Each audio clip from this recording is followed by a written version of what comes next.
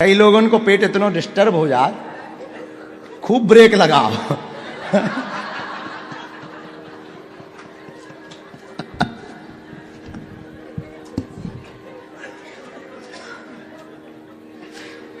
अब ऐसी बात बोलेंगे, कोई सुनेगा कहेगा बड़ा पगला आदमी है। ऐसी भी कोई कथा होती है क्या? और कोई महात्मा सुने वो तो त्रिशूल लेके दौड़े। जी कथा अगर तुम अपने घर वाला ना सुना दो कि जी कथा सुन भी गए थे, तो वो कहेंगे तुम हगने मूतने की कथा सुनने गए थे।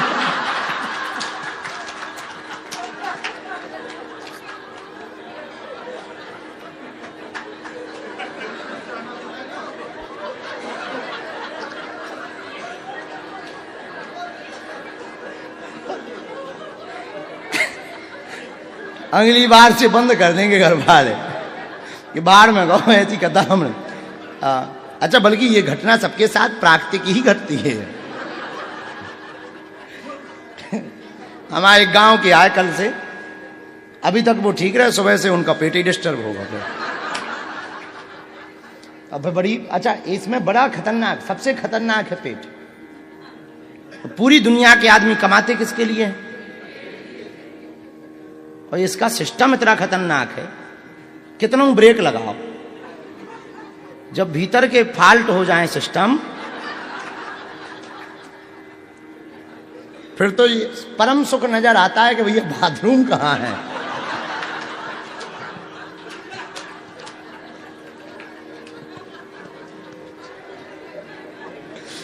वो अगर मिल जाए कोई आदमी बाहर ना खड़ा हो, और खड़ा हो तब बड़ी दिक्कत। उस समय पे पेट खराब हो, कोई बाहर खड़ा हो, तब जो लग आवाज ना जाए।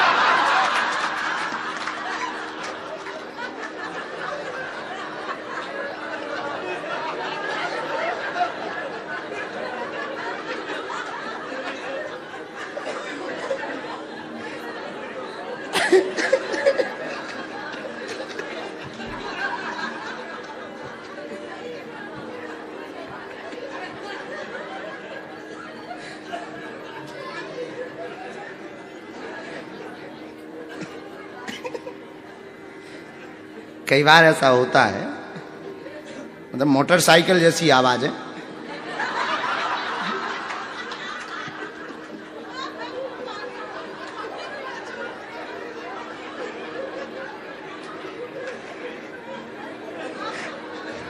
अब पक्का है आधे लोगों को तो अगली बार आने नहीं मिलेगा।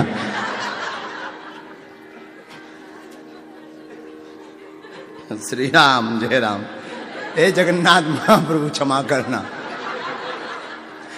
ये कोई बड़ी बात नहीं। खैर वो सब जानते हैं, ये कोई बड़ी बात भी नहीं, नेचुरल बात है। भगवान बीमार पड़ जाते हैं।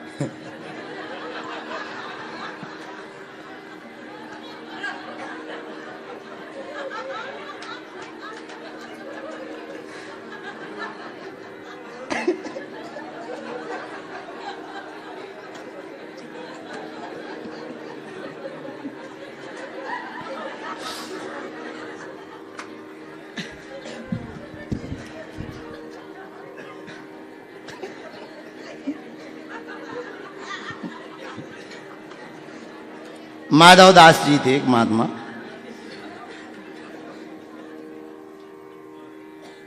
बीमार पड़ गए। वो अच्छे भगत थे ठाकुर जी के, जगन्नाथ जी से खूब बात होती थी। बीमार इतने पड़ गए कि वो खाट से उठ ही ना पाए।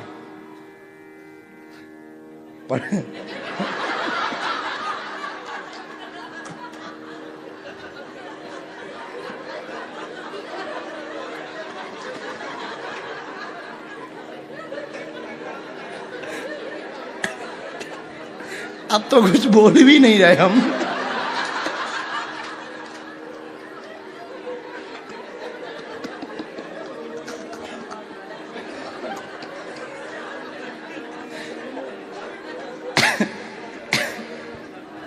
सीताराम को भैया भजन गाओ।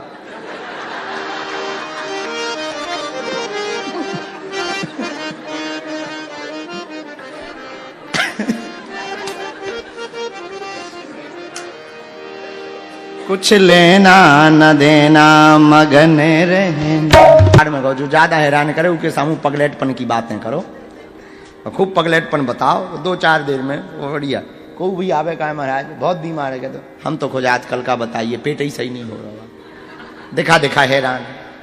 आओ क्या बताएं, बहुत हैरान है एकदम, बिल्कुल जो है नल सो खुल जाते।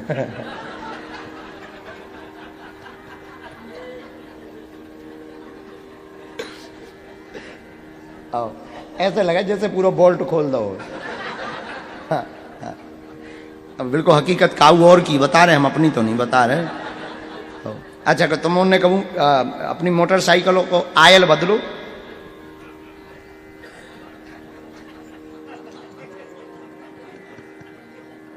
अच्छा बदलो नहीं बदलत देखो, मिंचू ने बदलो।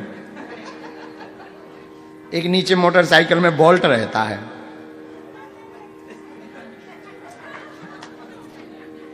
जैसे ही खोलो सो पूरा आयल।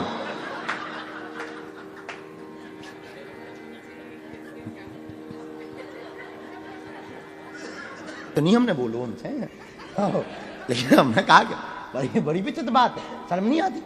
अरे जब तुमने ये बताया था, ये बता देते कि गर्भाशय नहीं है, ऑपरेशन हो चुका, इतनी लाइनें लिखवाई, ये कौन लिखवा देते? अब वो बेइज्जती कर लो। 40-50 आदमी बैठे हो, नए नए बाबा, हम की लॉन्चिंग ही में जो लफड़ा है। पर तो ठीक है ये, जब प्रारंभ ही ऐसा हो रहा तो ठीक है। तो भीतर से थोड़ी देर में हुंकार भरी और हमने ऐसे दबती और एक सारोट रखी रात थी सामने, सारोट पटा पटा पे हमने ऐसे हाथ पटका, हम कहा जाओ, हमने कह दिया होगा।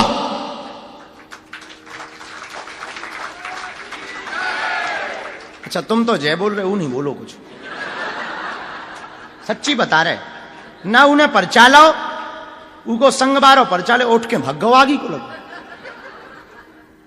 हम तनक तेज बोले सो भक्त तो गाओ, लेकिन कुछ नहीं बोलो ना। उन्हें पांव परे, फिर आंखें तो पांव परे थी, जात में पांव नहीं पड़े ना। उसने प्रणाम किया ना कुछ बोला, चला गया। हमें रात तक बुरो लगो, अब मन में वही बार बार आवे। हम गुरु जी से नाराज हो गए कि तुम सब बताओ, जा कहीं नहीं बताई तुम, का बिगड़ने बता देते। पर गुरु की महिमा को कोई जान थोड़ी सकता, गुरु क्या लीला करना चाहते तो गुरु ही जान सकते।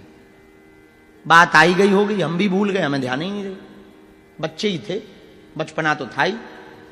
बात आई गई, धीरे धीरे दरबार शनिवार को लगने लगा, फिर रविवार को लगने लगा, फिर मंगलवार को लगने लगा। पहले एक ही दिन लगता था, फिर 3 दिन लगने लगा, शनिवार रविवार मंगलवार। फिर एक कमरा बना छोटा सा, कई दिन तक कमरे में दरबार लगा। फिर एक हॉल बना, तो हॉल में लंबा वाला, हाँ लंबे वाले हॉल में जब हम बैठे दरबार में, तो शाम के समय दरवाजे पे लोग, दरवाजे पे गेट कीपर लगे रहते थे, 3-4 लोग लगते थे। एक हम उनको बाबूजी को नाम भूल गए, भी बाबूजी लगते हैं, हाँ। और खूब बढ़िया हम मालाएं डाले रहते थे, खूब मालाएं। तो हमारे पुराने दरबार देखो वीडियो, 1-1.5 किलो माला, खूब मालाएं डाले भाई, खूब मालाएं डाले भाई, बैठे थे। शाम के समय 5-6